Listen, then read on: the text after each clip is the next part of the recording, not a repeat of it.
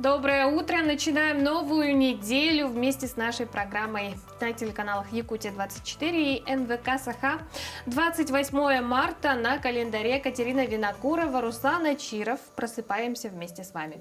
Доброе утро, друзья! Сегодня у нас начинается та неделя, в конце которой нас ждет уже месяц апрель. Да, новый месяц. И, конечно, я думаю, что сегодняшнее утро будет очень бодрым. Сегодня мы по традиции подготовили для вас много интересных сюжетов. Много у нас также будут и гости в студии. Мы ждем от вас также сообщений, пожеланий, может быть, поздравлений на наш номер 8 914 273 44 88. Поздравляйте своих близких, родных. Ну и, конечно же, заваривайте чашечку кофе или приготовьте себе завтрак. Ну а сейчас, да, самое время начать разговор о погоде. Сегодня в центральных районах на 6 часов утра температура воздуха составила 12-22 градуса мороза. В заречной группе от 14 до 28, в южных 6,9 градусов. В Вилюйской 11-18, в Нижнеленских от 8 до 19 градусов мороза. В западных 5-9, в Колыме-Дегирской группе 19, а в Уснере до 33. В Янских 16-27, на северо-западе 20-32 градуса. В 6 часов утра температура воздуха в городе Якутске составила 21 градус. Атмосферное давление 744 миллиметра ртутного столба. Ветер северо-западный 1 метр в секунду. Сегодня днем преимущественно без осадков. Ветер юго-восточный 2,7 метров в секунду. Температура воздуха днем составит 0-2 градуса. Уже видно очень солнечные, теплые кадры у нас на заставке. Ну и, конечно же, погода все теплее, солнце все раньше встает. Я вот каждый день еду на работу с утра в 6:30 и вижу, как солнце уже все выше и выше. Ну, а я думаю, самые внимательные зрители заметили, что я за выходные вот посюда вот загорел. 2 дня проводил съемку на природе. Да, правда, действительно, светлеет уже очень рано, да, уже просыпаешься, не нужно включать свет, к примеру, в комнате, да, потому что уже действительно светло. Ну а сейчас многих наверняка волнуют вопросы электроэнергии, да, в том числе тарифы на электроэнергию, коммунальные услуги. Об этом подробно в следующем материале. Рассказываем о действенных способах экономии электроэнергии. Во-первых, это установка осветительных приборов, работающих от солнечных батарей. Каждый такой светильник оснащен небольшим фотоэлементом. В светлое время суток он заряжается в темноте, становится источником питания для лампы. Датчики движения – тоже эффективный способ экономии электроэнергии. Они устроены так, что реагируют только на человека. Появление животных их не активирует. Еще один действенный способ платить меньше – установить многоквартирные счетчики. В продаже есть 2- и 3-тарифное оборудование. Первое учитывает расход электроэнергии в 2 временных периодах, последнее в 3. Соответственно, цена на энергоресурсы будет разной. Такой учет очень выгоден при наличии, к примеру, посудомоечной или стиральной машины с отложенным стартом. Грамотное использование в ночное время оборудования с большим энергопотреблением помогает сэкономить до 50% энергии. Хороший вариант для тех, кто отапливает свое жилье электрокотлом – установка дополнительного теплоаккумулятора. Его монтируют в отопительную систему. Ночью, когда тариф минимальный, отопление работает на полную мощность. В это время аккумулятор накапливает тепло, а днем отдает его в комнаты. Электричество в это время не расходуется. Тратят много электроэнергии осветительные приборы. Лучший выход – устаревшие лампы накаливания заменить на энергосберегающие. Люминесцентные светильники потребляют в 6 раз меньше энергии, а светодиодные – 8. Также немаловажно правильное использование бытовой техники. Чтобы сократить счета за энергоресурсы, стоит выработать у себя несколько очень простых привычек. Выключать свет, когда выходите из помещения, отключать неиспользующиеся зарядные устройства от сети, регулярно чистить все лампочки от пыли, не оставлять бытовую технику в режиме ожидания, она все равно использует электроэнергию, покупать устройства, которые отключаются автоматически, мыть окна и не загромождать подоконники, чтобы в помещении было светло. И последний совет. Чтобы дома было светлее, лучше оклеить комнаты светлыми обоями, отражают световые лучи. Потолок тоже лучше иметь светлый. Это тоже помогает сэкономить энергоресурсы. Действительно, хорошие советы. Я думаю, что обязательно наши зрители ими воспользуются. А вот что делать, если ежемесячные доходы не позволяют платить за коммунальные расходы? Подробно об этом мы сегодня говорим с нашей утренней гостьей, экономистом службы адресных субсидий по городу Якутску Татьяной Поповой. Татьяна Геннадьевна, доброе утро. Доброе утро. Доброе утро. Доброе утро, уважаемые телезрители. Немного расскажу вам про субсидии. Субсидии – это одна из мер социальных поддержек для населения. Уполномоченным органом, предоставляющим данную услугу, является агентство субсидий. Предоставление субсидий осуществляется на основании статьи 159 Жилищного кодекса и федеральных правил от 14 декабря 2005 года за номером 761. Для получения субсидий граждане должны, соответственно, предоставить пакет документов, одновременно соответствующие требованиям. Первое. Заявитель должен являться гражданином Российской Федерации. Второе. Заявитель должен являться собственником или нанимателем жилого помещения. Третье. Иметь постоянное место регистрации по заявительному адресу. Четвертое. Расходы на ЖКУ превышают 15% от совокупного дохода семьи. И пятое. Здесь у нас произошли изменения. Если ранее субсидии предоставлялись заявителям, у кого было отсутствие задолженности или при наличии договора обязательства, то, начиная с 1 января 2022 года, могут обращаться с заявлением граждане, у кого существует задолженность, но при отсутствии судебного иска. Если у заявителя отсутствует хоть один из этих пунктов, то, к сожалению, в субсидии ему будет отказано. А как может подать гражданин заявление на предоставление субсидий? Так, предоставление субсидий, очным приемом заявлений в офисах территориальной службы, к сожалению, сейчас не принимаются, согласно постановлению Республики Саха-Якутия, в связи с чем заявления граждане могут подавать либо через офисы многофункционального центра, либо через портал муниципальных государственных услуг, либо через почту Российской Федерации. На какие виды услуг, да, сегодня предоставляются субсидии? Кто их может получать? Субсидии предоставляются на жилищные услуги. К ним относятся это техобслуживание жилого фонда, техобслуживание электрооборудования, содержание дворовой территории, уборка мест общего пользования, ну и другие услуги, которые предоставляют поставщики. И коммунальные услуги, к ним относятся отопление, горячее холодное водоснабжение, водоотведение, газоснабжение, электроотопление. Это то, что касается многоквартирного жилого фонда. Если граждане проживают в частном фонде, субсидии предоставляются на отопление. Отопление у нас газовое, центральное, электроотопление, также подвоз воды, электроснабжение и вывоз мусора, твердых бытовых отходов, если таковые услуги оказываются. И если граждане пользуются твердым топливом, то предоставляется на дрова и уголь. На сегодня все ли пользуются субсидиями, все ли знают о них? Ну, вообще субсидии оформляются с 1997 года в городе Якутске. В общем-то, город вроде небольшой, но, к сожалению, еще не все знают об этом виде услуги. Поэтому вот передача, надеюсь, поможет пообращаться к гражданам за разъяснениями. А когда и как производится перечисление назначенной субсидии? Субсидия оформляется на 6 месяцев, субсидия перечисляется ежемесячно на лицевой счет, который предоставляется заявителям. А те, кто имеет задолженность по ЖКУ, они могут рассчитывать на субсидии?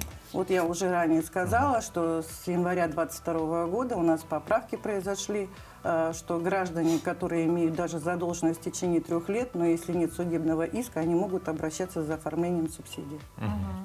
А какой вот перечень документов необходимо, чтобы получить субсидию? Как долго они собираются? существует, в принципе, как бы два блока. Первый блок относится непосредственно к заявителю, и второй блок – это те документы, которые непосредственно предоставляются агентством субсидий. Со стороны заявителя они предоставляют личные документы – это паспорт, свидетельство о рождении, свидетельство о браке, документ, подтверждающий правовое основание жилого фонда, это документ свидетельства о праве собственности, договор найма, договор соцнайма. Далее, значит, они предоставляют справки о доходах. В доходы входит заработная плата, алименты, стипендии и так далее. Значит, квитанции об отсутствии задолженности и лицевой счет, на который будет перечисляться непосредственно субсидии. И второй пакет – это то, что мы непосредственно самостоятельно запрашиваем по межведомственным взаимоотношениям. Это у нас пенсионный фонд, соцзащита, это Центр занятости, ЗАГС, МВД, ФКР, ну и другие. Проводится огромная работа. А часто ли бывают, допустим, отказы? И, может быть, есть какие-то основные распространенные ошибки вот у заявителей, из-за которых вот, получение субсидии В каких случаях происходит могут отказ? отказать в получении субсидии? Но в связи с тем, что вот сейчас у нас, допустим, период пандемии был, многие граждане оказались в таких непростых ситуациях, как, допустим, сокращение на место работы. И люди как бы сидят дома по разным причинам. Вот в этих ситуациях подаются заявления, но, к сожалению, если трудоспособного возраста гражданин не предоставляет своих доходов или не зарегистрирован на бирже труда в качестве безработного, в этой ситуации будет отказ. Ну, может быть, можно обратиться к нашим зрителям и уже рассказать, подытожить и рассказать, как можно получить и где более подробную информацию. Ну, информацию можно получить на линии горячей агентства субсидий по номеру телефона 8 800 222 50 70, также на сайте агентства. Сейчас по четвергам в головном офисе МФЦ на Амосова 18 с 9 до 13 часов представитель агентства субсидий проводит консультации. Также на Федора Попова 21, кабинка 12, в течение всей рабочей недели с 9 до 17. Также можно подойти на консультацию, или если люди ранее оформляли субсидии, какие-то возникают спорные вопросы, тоже можно подойти и разъяснение получить. Ну, Татьяна Геннадьевна, большое вам спасибо за очень подробную информацию. Я думаю, что она обязательно поможет нашим телезрителям, друзья. Ну, а также вы не стесняйтесь, обращайтесь за субсидиями. Ну, а далее у нас в программе будет много еще чего интересного. Мы в том числе увидим наших замечательных Мишек, Колыману и Ломоносова. Также узнаем, что нам предвещают звезды на этой неделе. Ну, а пока прервемся на небольшую паузу.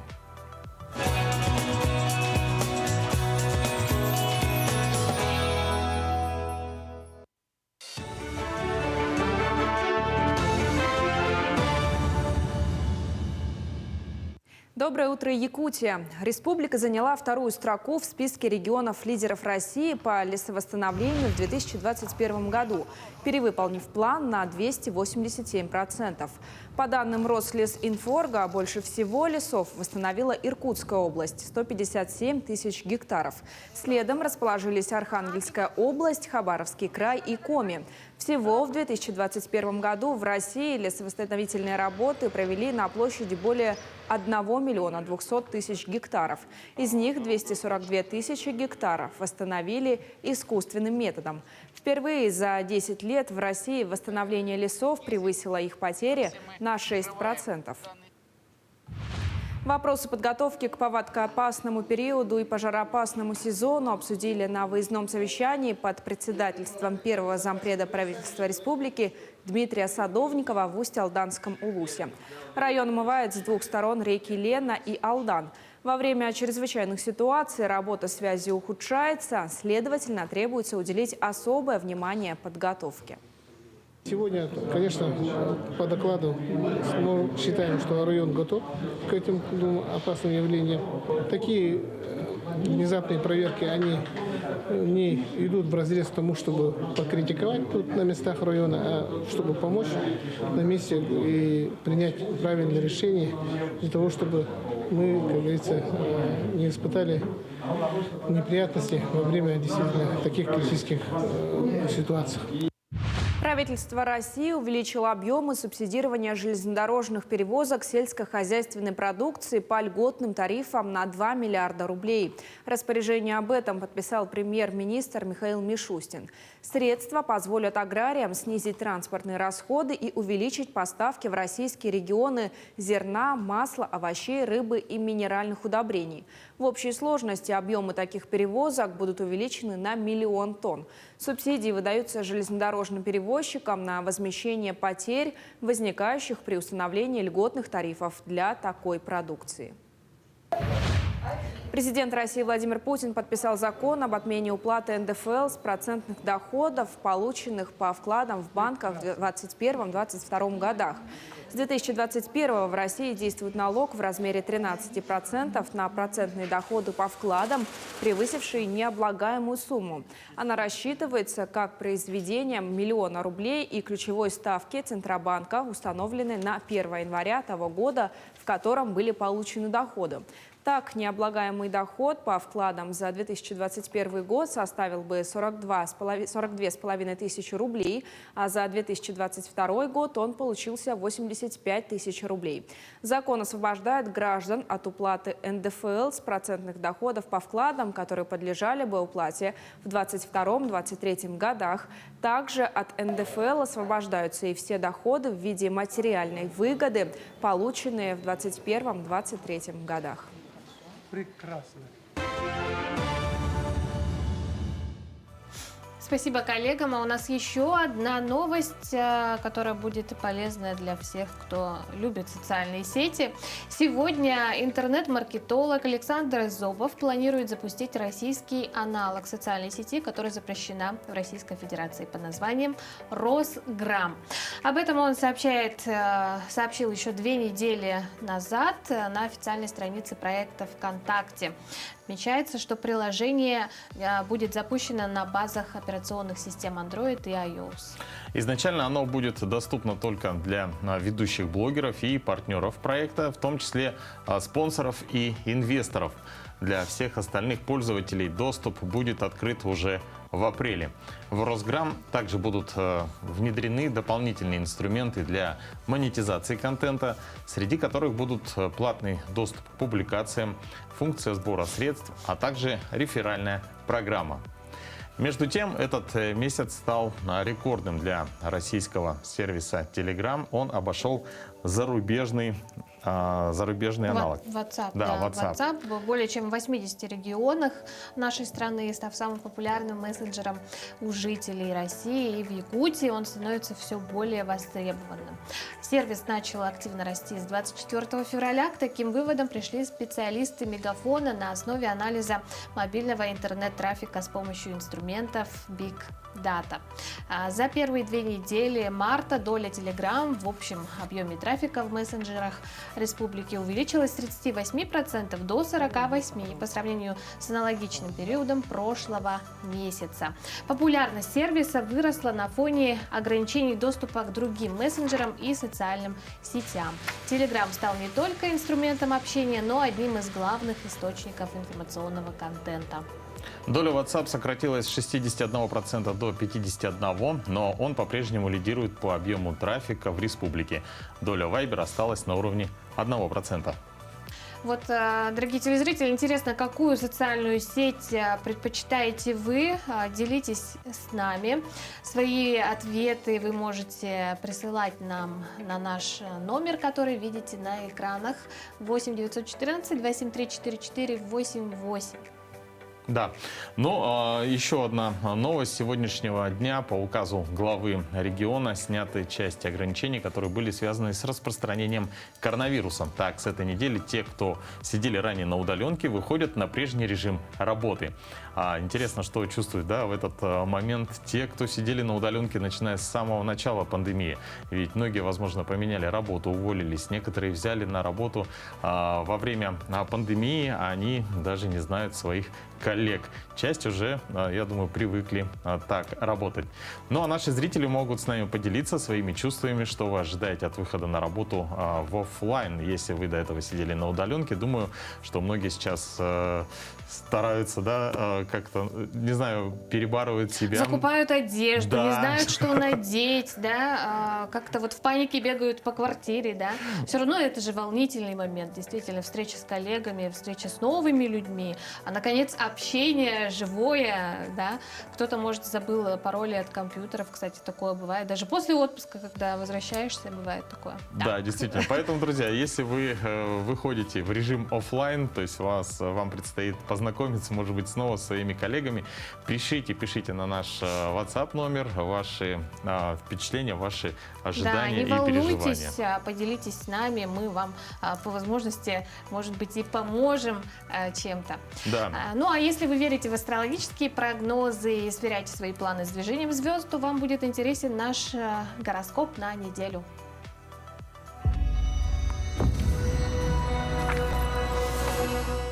Овны. В этот период возрастает роль дружеских контактов и общения с окружающими. Успешно проходят поездки, учеба и обмен мнениями. Тельцы, у вас, возможно, накопится усталость от бурной деятельности и множество впечатлений, и захочется взять паузу. Усилится потребность разобраться в себе, в своих истинных потребностях. Прекрасное время для занятия духовными практиками. Близнецы, наступает полоса тотального везения. Можно попытать удачу и купить лотерейный билет. Вероятность выигрыша повышается. Также активизируются ваши дружеские контакты. Для большего позитивного эффекта вам требуется самим проявлять инициативу. Раки, на этой неделе звезды ждут от вас активной деятельности, направленной на достижение поставленных целей. Вам может оказать поддержку влиятельный покровитель. Складываются благоприятные условия для карьерного продвижения. Львы, хорошо переключить внимание на учебу и расширение кругозора. Успешно проходят поездки и путешествия. Можно проводить вебинары, публиковать статьи в интернете. Все это будет пользоваться поддержкой и приведет вас к большей популярности. Девы, возможно, вам потребуется принимать оперативные решения в экстремальных обстоятельствах, когда нет времени на раздумья. В этом случае руководствуйтесь своими инстинктами. Удачное время для избавления от вредных привычек и перемен в карьере. Возможно, смена места работы. Весы. Акценты смещаются на проработку вопросов, связанных с личной жизнью, в особенности с партнерскими и романтическими отношениями. Вам будет правильнее проявлять активность и инициативу. Скорпионы, вы наиболее преуспеете в решении практических вопросов и будете получать удовлетворение от результатов работы. Избавляйтесь от старых ненужных вещей. Так вы привлечете свежую энергию в свое жилье и почувствуете улучшение самочувствия. Стрельцы, вы можете почувствовать творческий подъем. Возможно, начнете заниматься спортом или искусством, интересным ремеслом. Также активизируются ваши романтические отношения. У одиноких стрельцов может произойти знакомство с перспективным развитием отношений. Козероги, тема семейной жизни может стать для вас основной. Отношения с членами семьи улучшатся. Также в эти дни могут быть сделаны крупные покупки для дома. Успешно решаются хозяйственно-бытовые вопросы. Водолеи, вы можете оказаться вовлечены в активные контакты. В поле вашего зрения могут появиться новые люди. Это могут быть как деловые, так и романтические знакомства. Хорошо проходят учеба и поездки. Рыбы, рекомендуется переходить к практическим делам, связанным с приумножением финансов и решением материальных имущественных вопросов. Уровень доходов может вырасти за счет выполнения частных заказов. Психологический климат в семье улучшается.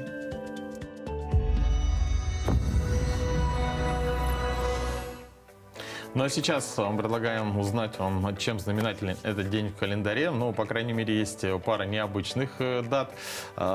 Событий сегодня в Штатах будут отмечать День уважения кошки, ну а также отмечает свой день рождения стиральная машина. Но об этом и других исторических фактах, а также о народных приметах подробно в нашей следующей рубрике.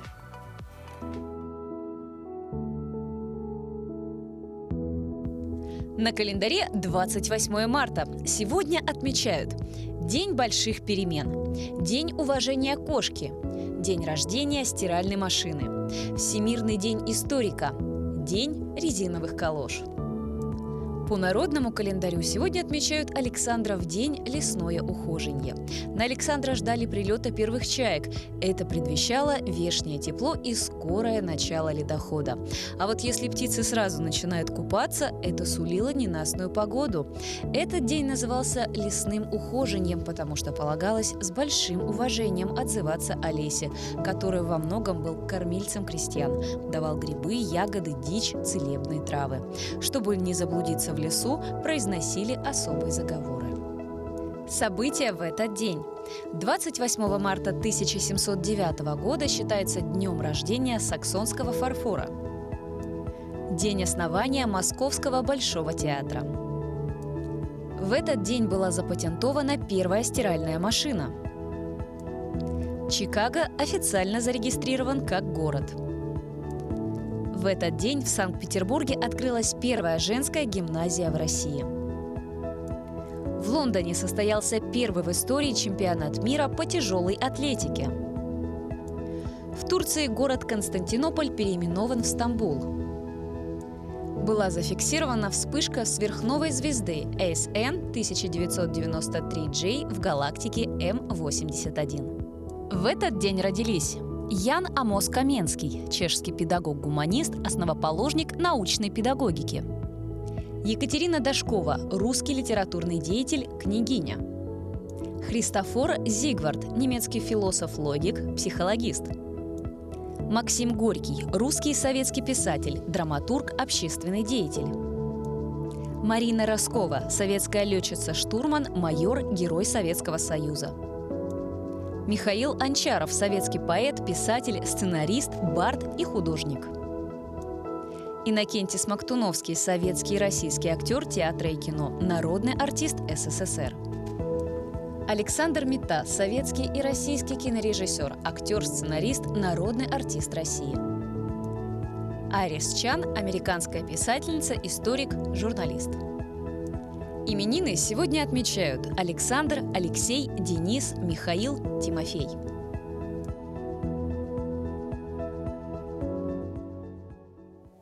Ледники Эльбруса стали деградировать в 5 раз быстрее в течение последних 5 лет, теряя по 1,25 квадратных километров в год, говорится в недавнем опубликованном докладе Росгидрометра.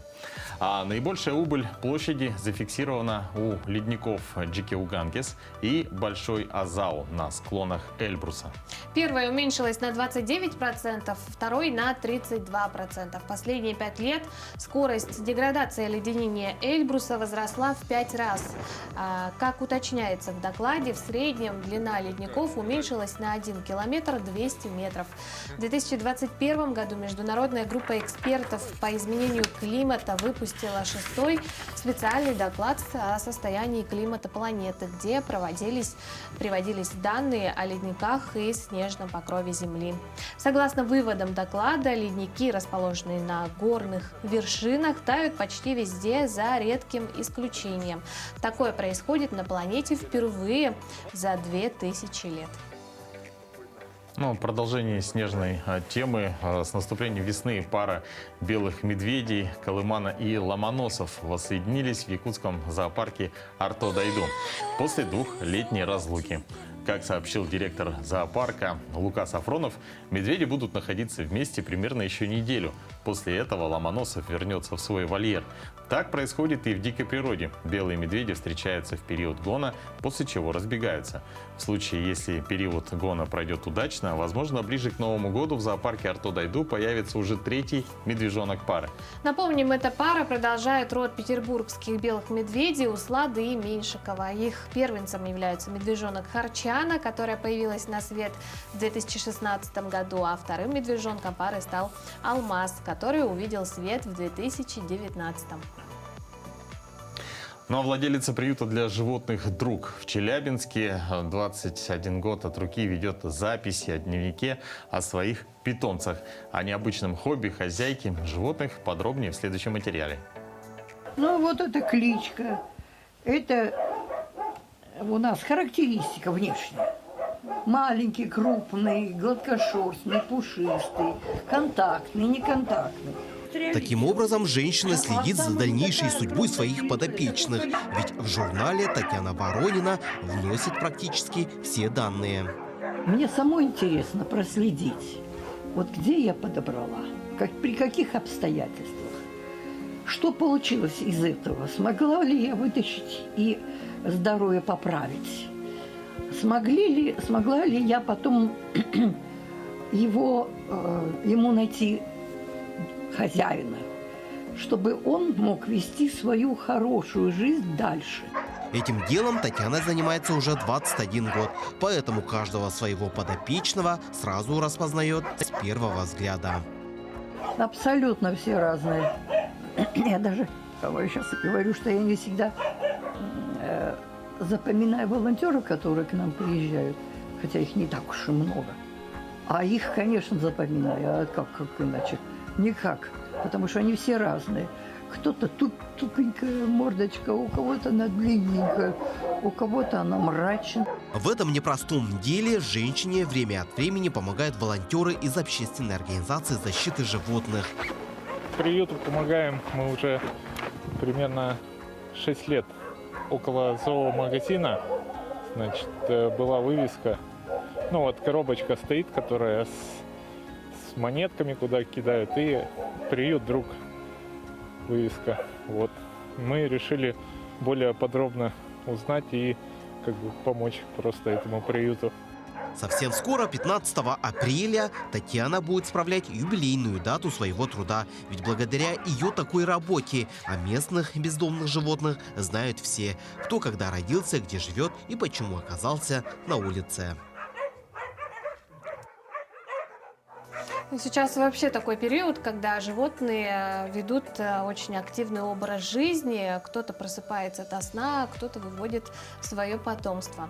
Вместе с этим пробуждается и наша природа. Дачники, садоводы начинают уже сажать семена первые. Наш садовый эксперт подготовил очень нужные советы для цветоводов и огородников, как сохранить герани и другие многолетние растения этой зимой и как их пересаживать и размножать на своих участках. Доброе утро, уважаемые телезрители и уважаемые дачники. Я, например, вот очень люблю герани, пеларгонии люблю. Они у меня растут на улице и прекрасно цветут. И также люблю вот колеусы, разные колеусы. Поэтому я осенью, жалко герани, я их обрезаю, ветки какие-то, и вот так вот в горшки, в эти же, вот так втыкаю. В корневине их обмакиваю, немножко наискосок делаю срез, и вот так втыкаю их. Ну и часть вот привозим домой. А колеус тоже выкапываю и в один горшок, как вошло, он растет. Я у него цветоносы убираю, вот так убираю. Еще и семена собираю. А герани сами собой растут. Зимой, конечно, их подкармливать только поддерживающие. Ну, так, поливаю их, гумат +7. А вот весной начала уже их подкармливать, но тоже только гуматом +7, чтобы больше у меня их было. Вот я их обрежу. Вот смотрите, вот идет совсем новый молодой ствол. Идет, пошел. Его просто я сразу... Вот так наискосок отрезаю, листочки лишние убираю, а здесь он у меня уже прищипнутый. Я его прищепила. И я вот делаю вот так. Пенопласт. Сюда воды наливаешь, когда видно, сколько воды, и вставляю вот в эту дыру. Вот так вот беру и выкручиваю ножницами. Очень удобно. Я наливаю вот этот гумат +7, жиденький раствор, и обязательно бросаю 1-2 таблетки активированного угля. Он не дает загнивать корням. И так я поработаю с каждым растением. А что потом останется, просто выкину и все. Еще можно один способ такой. Тоже берем емкость. Можно и такие зеленые, которые у нас продают, емкости для рассады.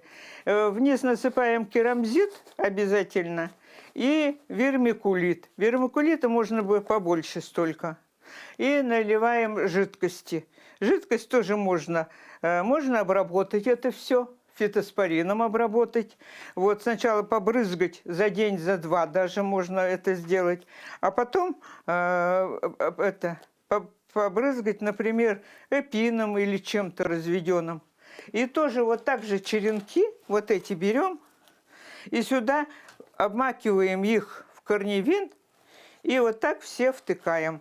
Вот можно вот так черенковать разные растения. Теперь колеус. Колеус точно так же обрезаем. Вот он уже дает здесь такие пупырышки, вот эти дают. Он уже даст корни. И вот будет вот так вот расти. Время сокращает. И не надо его семенами размножать это все, растения вот эти. И может какие-то другие еще растения черенковать также. Может кто-то петунию сохранил. Желаю вам вот удачи. Спасибо большое за очень полезные советы для садоводов, огородников. Ну а, Катя, кстати, ты знаешь, что ингаляциями с геранью можно уменьшить вред от курения, даже пассивного? Надо же, нет, конечно, я об этом не знала. Но наш юрист знает, как найти управу на курильщиков в общественных местах и соседей в подъезде. Доброе утро, дорогие друзья! Желаем всем здоровья. И сейчас поговорим о неприятных событиях. Открывают дверь, а там дым. То ли пожар, а оказывается, соседи курят. Неприятно, нехорошо, да и в квартиру запах попадает. Итак, что же мы делаем? Определяем, относится ли место курения к помещению общего пользования в многоквартирном доме. То есть одно дело, когда сосед курит в общем коридоре, а совсем другое, если у себя на балконе, к сожалению. Итак, помещение общего пользования в многоквартирном доме – это помещение, не являющееся частями квартир и предназначенное для обслуживания более одного жилого и нежилого помещения. То есть это колясочные, подвалы, технические этажи, лифты и так далее. То есть все помещения, которые предназначены для того, чтобы пользоваться совместно с соседями. По решению собственников может, конечно, быть выделено отдельное место для курения, но это решение должно быть принято на общем собрании собственников жилого помещения. То есть собрались, вынесли вопрос и решили, что, например, на первом этаже в уголке, где хорошая вентиляция, курить можно. В остальных местах подъезда нельзя. Шаг второй. Фиксируем правонарушение. Увидели соседа, который постоянно дымит, еще и возле вашей квартиры, сфотографировали, видеозапись записали. Также соседи пригласили, показали, что вот, смотрите, мол, курит. И привлекли их в качестве свидетелей по статье 25 прим. 6 КАП и обратились, получается, далее в органы. К кому обращаемся? Обращаемся в участковый пункт полиции. Если не помогает, также можно обратиться в орган регионального государственного жилищного надзора, и что ваши права нарушают. Приглашаем свидетелей, прилагаем свидетельские показания, пишем заявление, видеофиксацию, и уже уполномоченный орган решит, есть ли состав правонарушения или нет. Если есть, возбудят дело об административном правонарушении и виновника привлекут.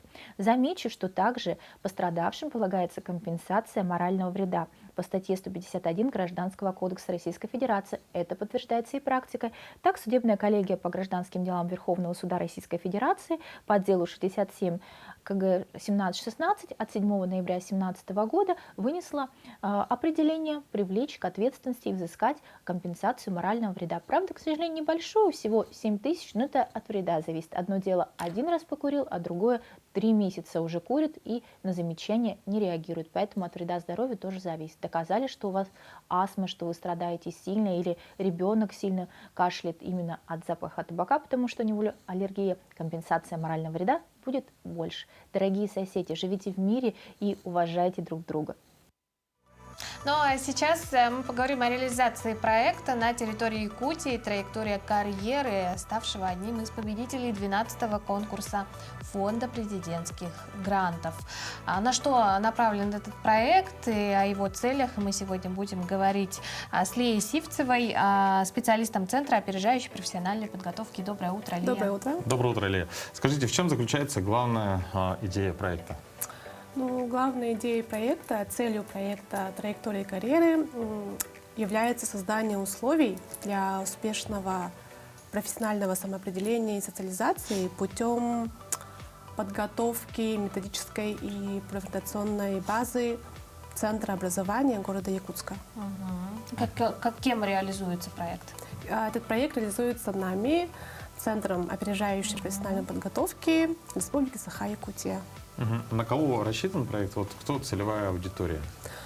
Целевая аудитория проекта – это обучающиеся с 9 по 12 классы и также педагоги, ответственные за профориентационную работу в центре образования.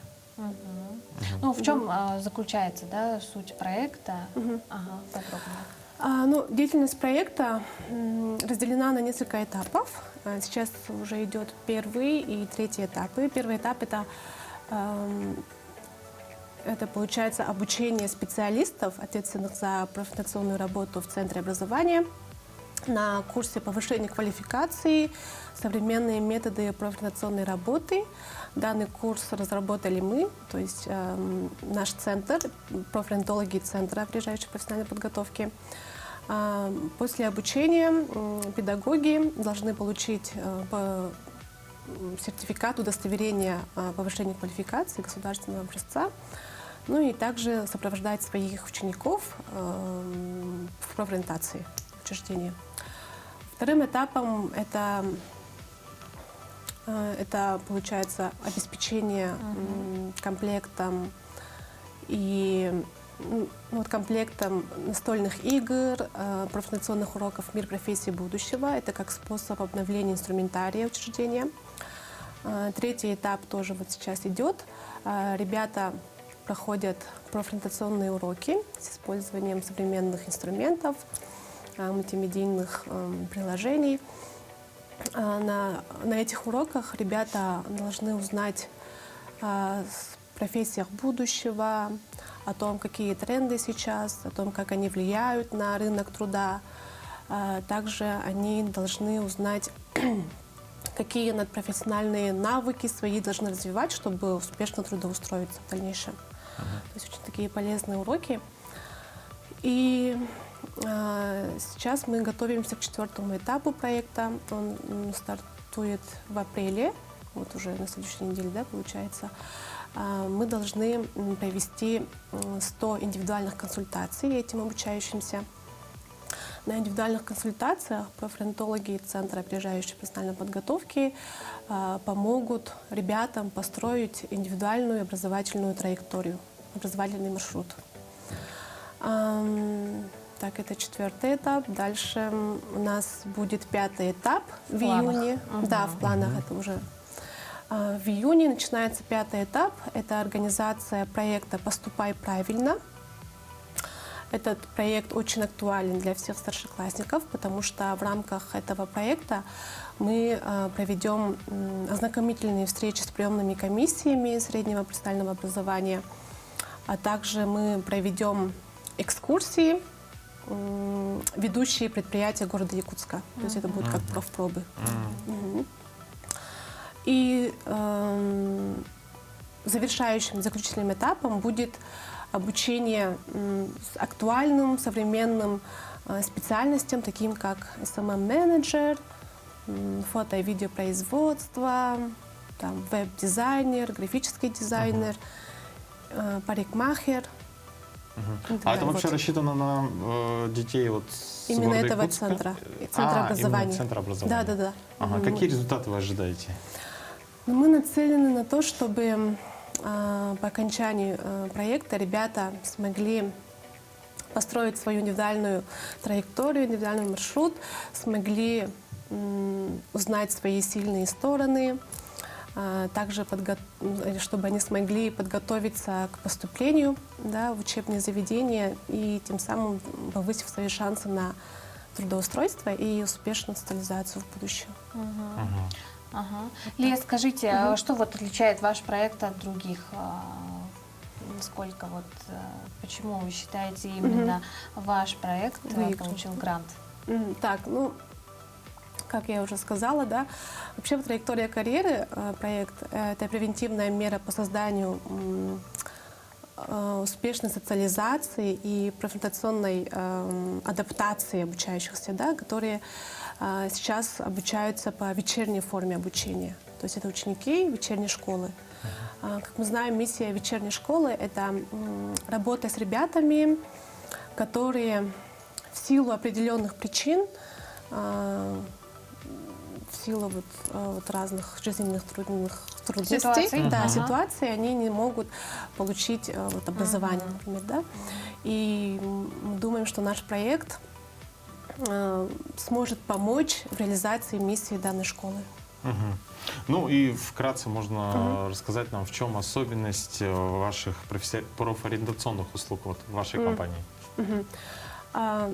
Дирекция карьерной навигации Центра опережающей профессиональной подготовки успешно реализует профориентационные мероприятия. Наши мероприятия, то есть вот главной функцией нашей дирекции это проведение информационно-просветительской, консультативно-методической работы для всех желающих, вне зависимости от возраста и статуса по вопросам профессионального самоопределения. Лия, спасибо вам огромное за участие в нашем эфире. Конечно, мы желаем, чтобы проект ваш реализовался успешно и до конца. Спасибо за ваше хорошее дело.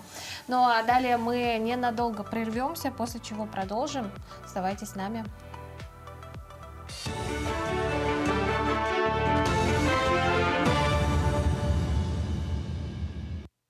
В Якутии сформирован достаточный объем запаса необходимых лекарственных препаратов. Чтобы поддержать их наличие в республике, медучреждения помогут осуществить опережающий закуп, в первую очередь в труднодоступных районах. Об этом сообщил председатель правительства республики Андрей Тарасенко. Минздраву совместно с другими профильными ведомствами поручено разработать регламент по перевозке груза в труднодоступные населенные пункты. По нему авиапредприятиям поручено обеспечить перевозки жизненно необходимых важных лекарственных препаратов и медицинских изделий в арктические и труднодоступные районы в приоритетном порядке по заявкам медицинских и аптечных организаций. Поддержку из госбюджета республики в рамках реализации регионального проекта «Творческие люди» по нацпроекту «Культура» получили 13 учреждений в республике.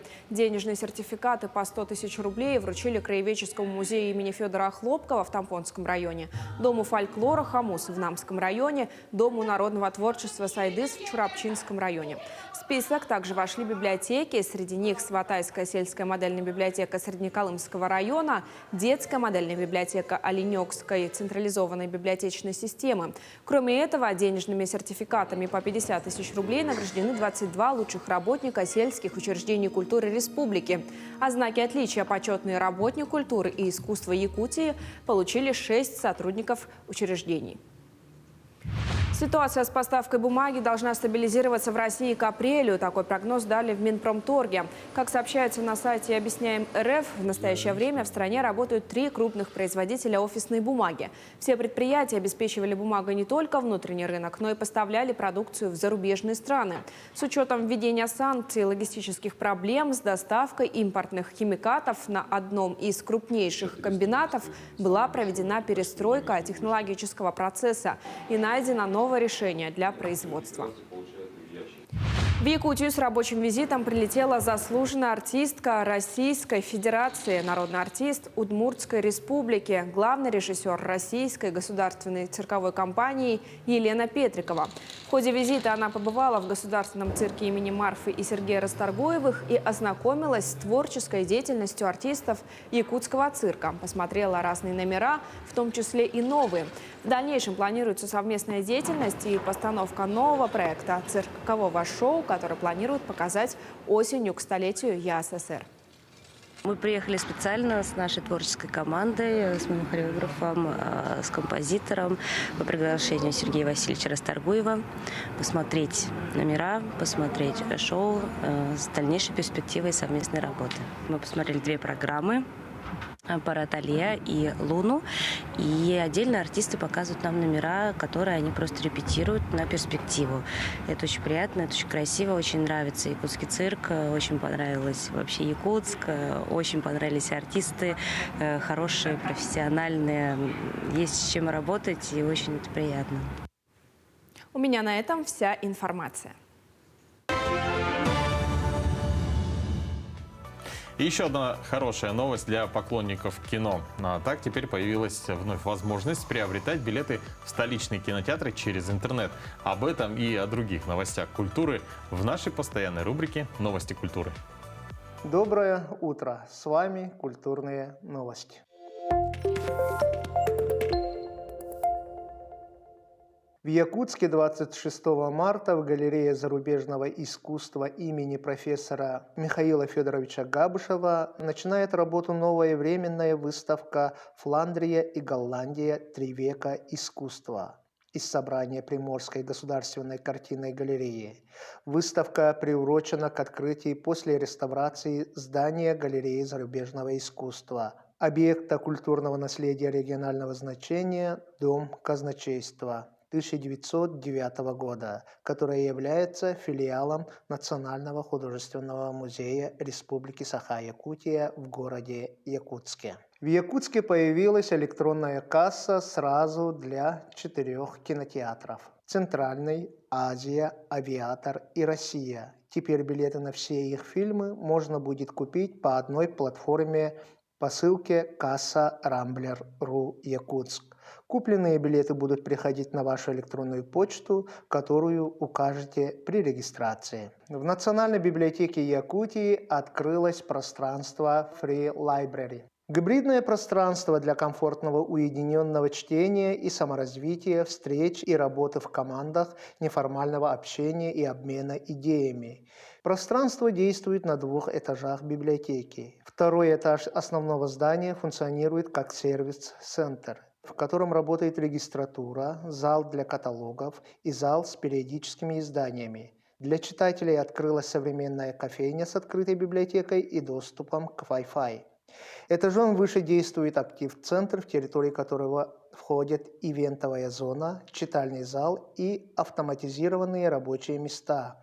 Для удобства читателей книжные фонды представлены в открытом виде. В Якутске прошли торжества в честь 85-летнего юбилея Якутского колледжа культуры и искусств имени Аграфены Дмитриевны Макаровой. 17 марта ведущие преподаватели колледжа провели обучающие мастер-классы для всех желающих в режиме онлайн. 18 марта в Национальной библиотеке Республики Саха-Якутия состоялась Всероссийская научная практическая конференция «Региональные особенности подготовки кадров сферы культуры», где представители учебных заведений и учреждений культуры обсудили насущные вопросы и проблемы. 19 марта на сцене Дома дружбы народов имени Алексея Алексеевича Кулаковского состоялся отчетный гала-концерт студентов и преподавателей Якутского колледжа культуры и искусств «Кюнер-кюн. Несущее тепло солнца». В этом году количество участников концерта составило рекордные 200 человек. Впервые вместе со студентами на сцену вышли и преподаватели колледжа. Финальными аккордами юбилея колледжа станут творческий бенефис преподавателя колледжа, носителя традиционной культуры алгощита Михаила Николаевича Винокурова, который состоится 6 апреля в Саха-театре, и большой концерт выпускников Якутского колледжа культуры и искусств в Саха-цирке 8 апреля. На этом мы с вами прощаемся. Плодотворной рабочей недели. До новых встреч.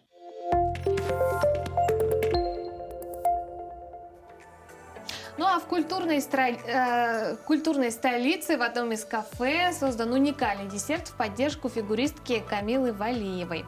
Более подробно о кондитерском изделии и о его авторах смотрим в следующем материале. На кадрах можно увидеть грациозные золотые коньки на миниатюрном катке-бисквите. Композицию десерта венчает фиолетовая бабочка, возвышающаяся над изделием. Это легкая, грациозная, которая парит. И эти тяжелые коньки, которые тянут ее вниз, коньки испытаний, коньки трудностей, коньки всех проблем, которые на нее вылились. И она с ними справляется, и она парит, и это такой символ.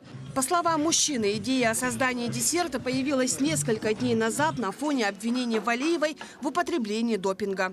Мы все следим за спортом, все мы смотрим, что происходит в мире, и родился этот десерт. Было много задумок, и вот последняя из них – это коньки, это лед, здесь будет еще пламя.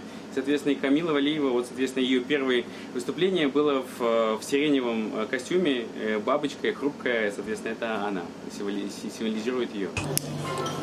Посетительница заведения Наталья рассказала, что не смогла остаться равнодушной к идее кафе о поддержке спортсменки, а также оценила вкус кондитерского изделия. По вкусу напоминает счастье. Это очень вкусно, это очень нежно, это еще в совокупности с нашими переживаниями за наших спортсменов, это еще и как-то очень тепло. По словам ресторатора, кафе уже направило фигуристке приглашение опробовать новый десерт. Так что сегодня здесь ее ждут уже как гостя. Мы уже сделали такое письменное обращение, и, конечно, мы ее ждем вместе с бабушкой любимой, вместе с мамой. С удовольствием ее пригласим, и это будет для нас честь, если она посетит нас. Очень оригинальная идея. Думаю, что наши рестораторы тоже могли позаимствовать эту идею, да, и что-то такое подобное придумать. Ну а мы хотим напомнить, что на этой неделе мы подведем итоги конкурса двойников. Так, у вас есть еще пока шанс принять участие. Если вы или ваши знакомые похожи на какую-то известную личность, мировую, отечественную, неважно, то присылайте фото на наш номер по WhatsApp или Telegram, куда вам удобнее. Да, действительно, на прошлой неделе мы показывали уже участников работы, которые поступали к нам на эфир. Достаточно очень интересные личности, хорошая такая есть схожесть. Поэтому, друзья, есть еще время, участвуйте. Ну и, конечно, желаем вам самого бодрого утра, бодрого начала этой недели. Напоминаем, что в конце этой недели наступит уже апрель. Ну и, конечно, до новых встреч, до завтра. Хорошего вам настроения.